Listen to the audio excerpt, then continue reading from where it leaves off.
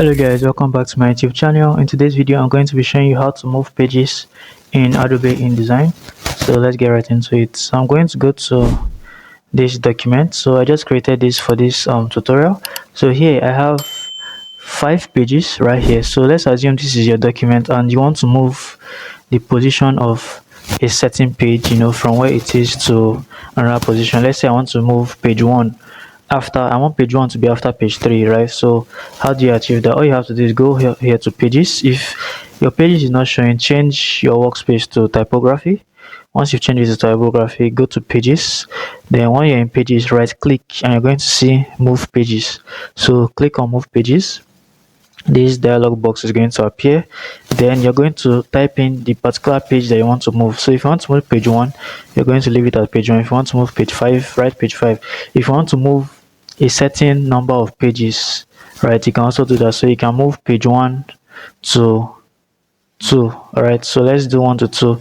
Then the next thing you have to change is, do you want it to be at the beginning of the document or at the end of the document, or do you want it to be after a certain page or before a certain page? So I usually use after page and before page. So for this one I'm going to be using after page, and I want it to come after page 4. All right, so I want to move page 1 and 2 after page 4. And where do I want to move it to? I want it to still be inside this current document, and then I'm going to click on OK.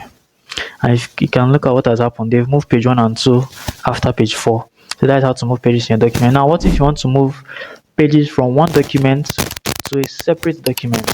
Right, so to do that, I created a separate document.